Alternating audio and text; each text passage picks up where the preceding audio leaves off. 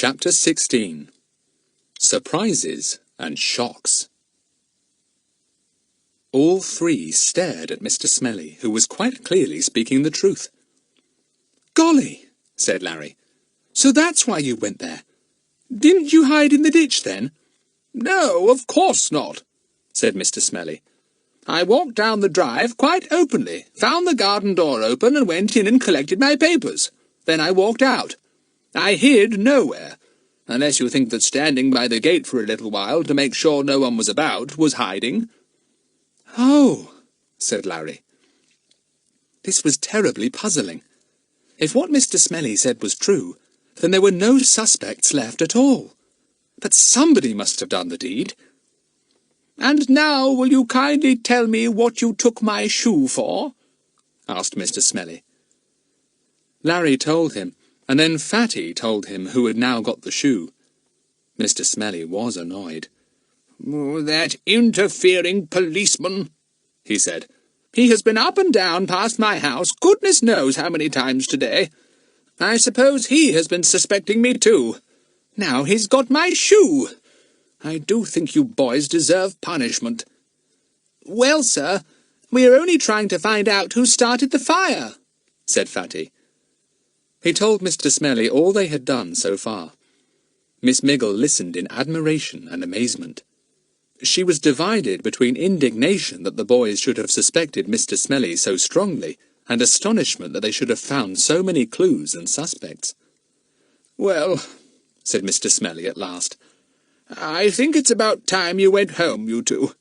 I can assure you that I had nothing whatever to do with the fire, and have no idea who had.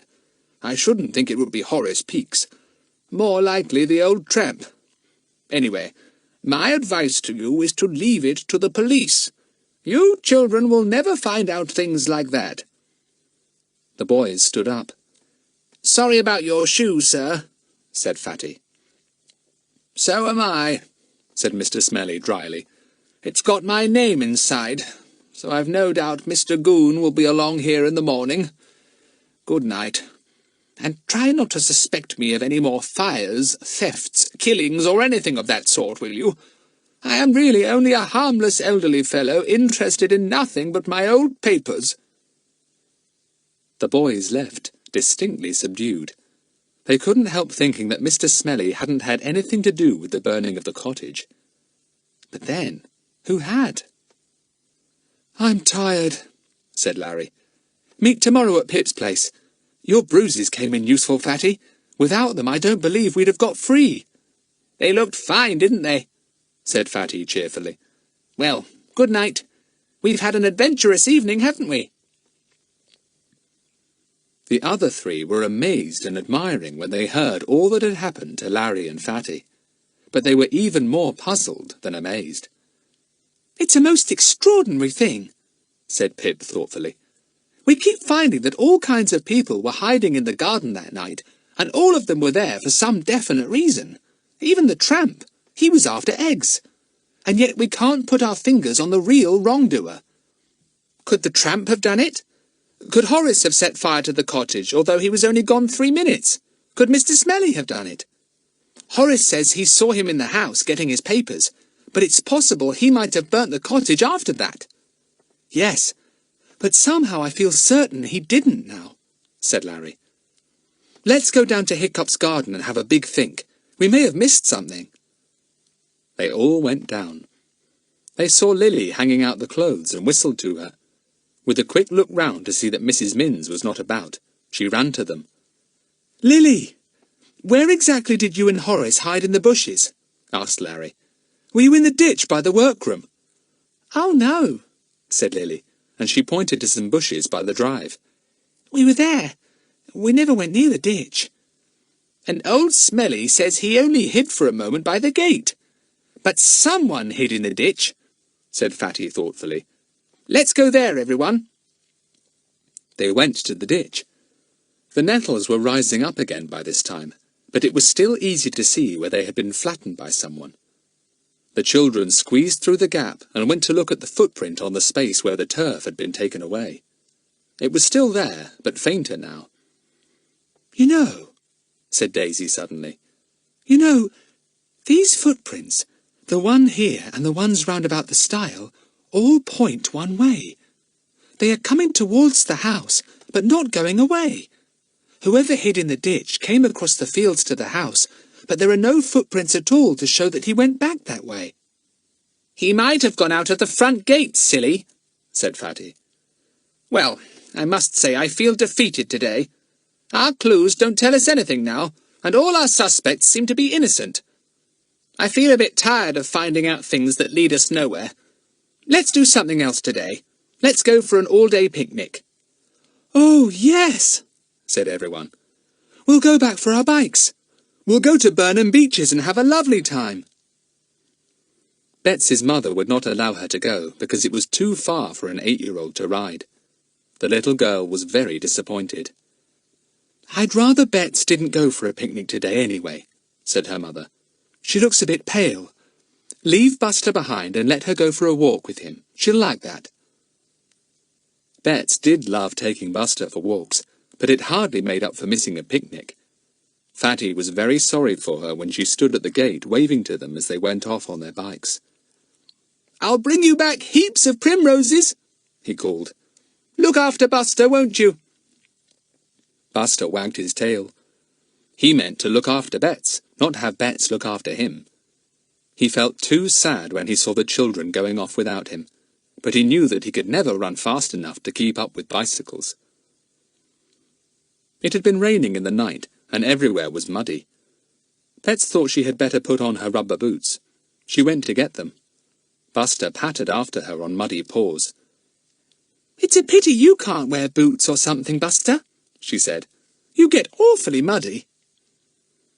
The two of them set off for a walk. Bets went down the lane to the river. She chose a little path that ran alongside the river for some way, and then turned back again across a field that led to the stile where the children had seen the exciting footprints a few days before. Bets danced along, throwing sticks for Buster, and remembering not to throw stones for him to fetch, because Fatty said they broke his teeth. She stooped down to pick up a stick, and then stood still in the greatest astonishment. There, plainly to be seen on the muddy path in front of her, was a line of footprints exactly like the ones the children had found by the stile. Bets by now knew the prints by heart, for she had gazed at Fatty's drawings so often. She felt absolutely certain that they were the same. There was the rubber sole with its criss-cross markings, and the little squares with the blobs at each corner. "Oh, look, Buster!" said Bets at last. She could feel her heart thumping with excitement. Buster came to look. He sniffed at the footprints, and then looked up at Bets, wagging his tail.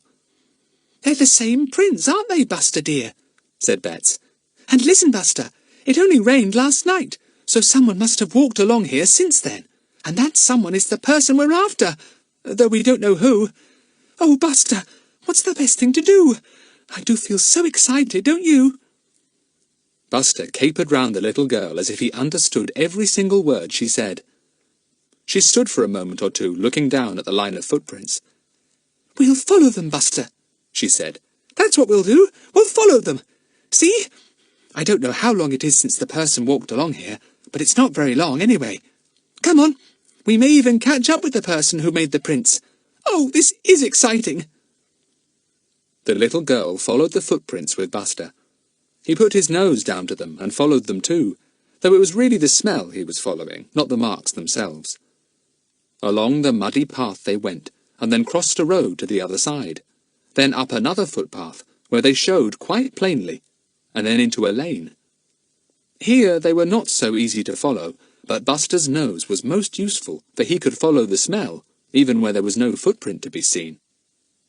"You really are very clever, Buster," said Bets, in great admiration. "I wish my nose was like yours. Yes, that's right. That's another of the prints. And here's another, and another. Look, they're going to the stile." So they were. It was plain that the owner of the prints had crossed the stile and jumped down onto the field beyond. Bets grew more and more excited. "The prints are going the same way as the other prints did," she said to Buster. "Look! Now, Buster dear, Use your nose well across this field, because I can't see anything on the grass, of course." Buster went across the field in a straight line, his black nose held close to the ground. He could smell exactly where the person had walked.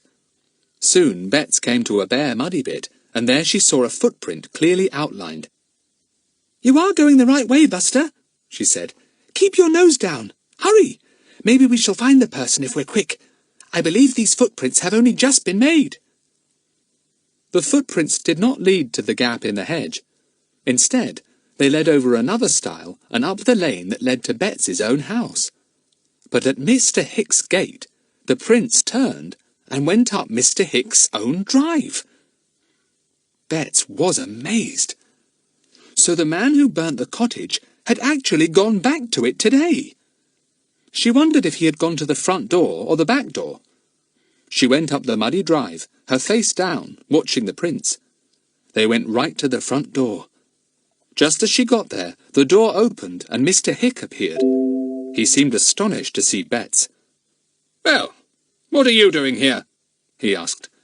"Oh, Mr. Hick!" gasped Bets, too excited to think that she might be giving away any of the find-outers' secrets. "I'm following these footprints, and they go right to your door. Oh, Mr. Hick, it's most awfully important to know who made them.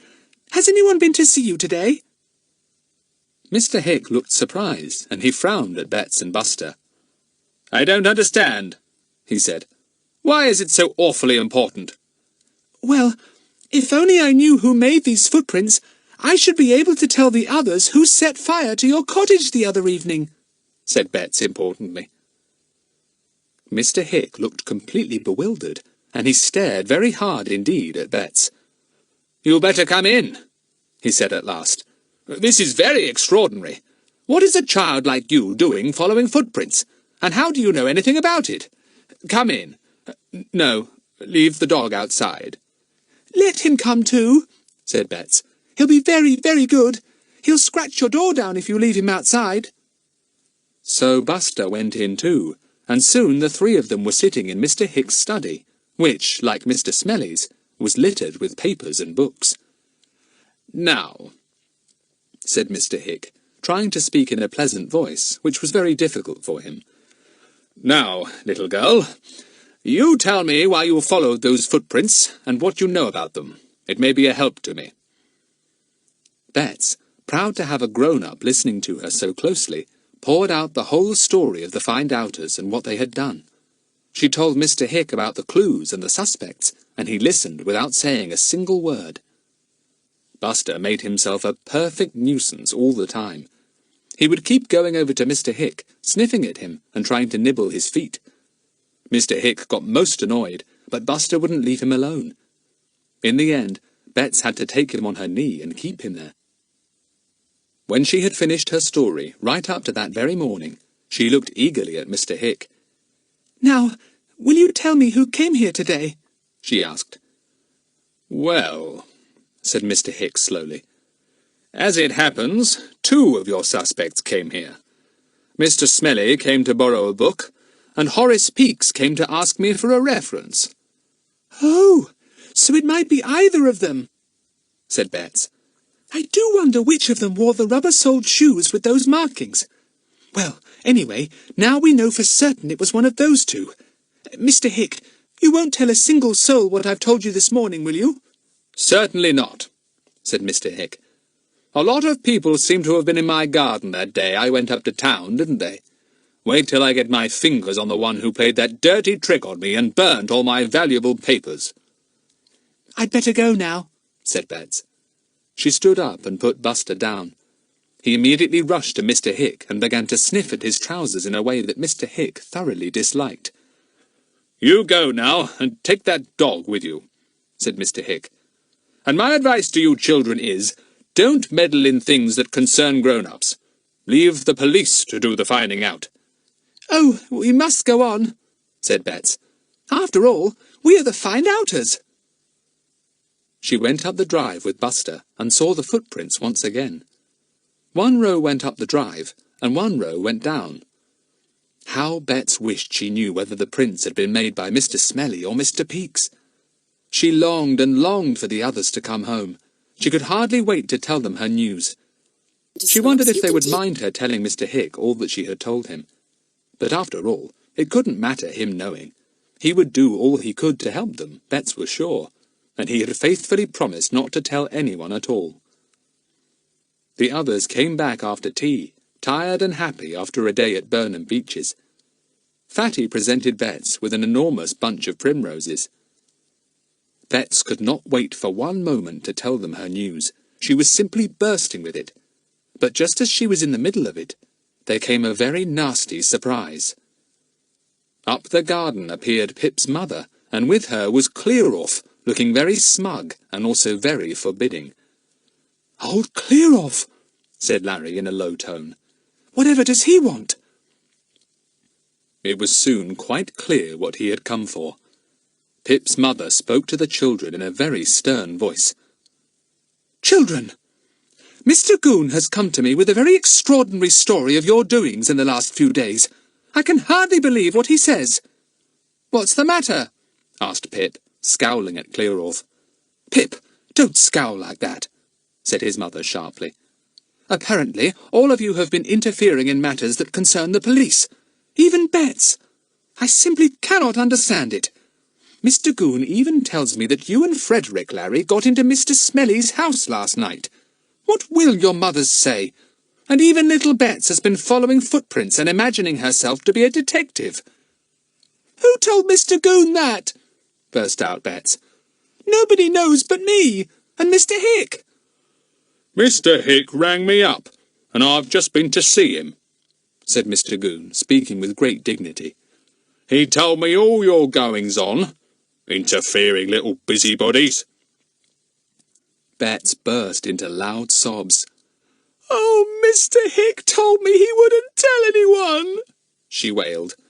"Oh, he did promise me faithfully. He's a wicked, wicked man. He's broken his faithful promise. I hate him." "Bets, behave yourself," said her mother. "Of course Bets would go and give everything away," said Pip sulkily. "That's what comes of having her in the find-outers. She goes and tells everything to Mr. Hick. He rings up Slear-orf, and now we're all in the soup." "What are you muttering about, Pip?" said his mother. "Who is Slear-orf?" "Mr. Goon," said Pip defiantly. "He's always telling us to clear off." "Huh!" said Mr. Goon, swelling himself out like an angry frog, his blue eyes bulging fiercely. "Huh! Didn't I always find you hanging about, you kids? Regular pests you are. Now you just listen to me for a few minutes." There was absolutely nothing to be done but listen to Mr. Goon. The 5 children stood there, red and angry, Bets still sobbing. Only Buster didn't seem to care, but sniffed happily round Slear-orf, who fended him off every now and again. Slear-orf had a lot to say about nosy children and little nuisances and interfering with the law. He ended up with a threat. "And if I come across any of you nosing about again, or if Mr. Hick reports you to me, you'll all get into very serious trouble," he said. "Oh, yes, very serious trouble. You keep out of matters that don't concern you.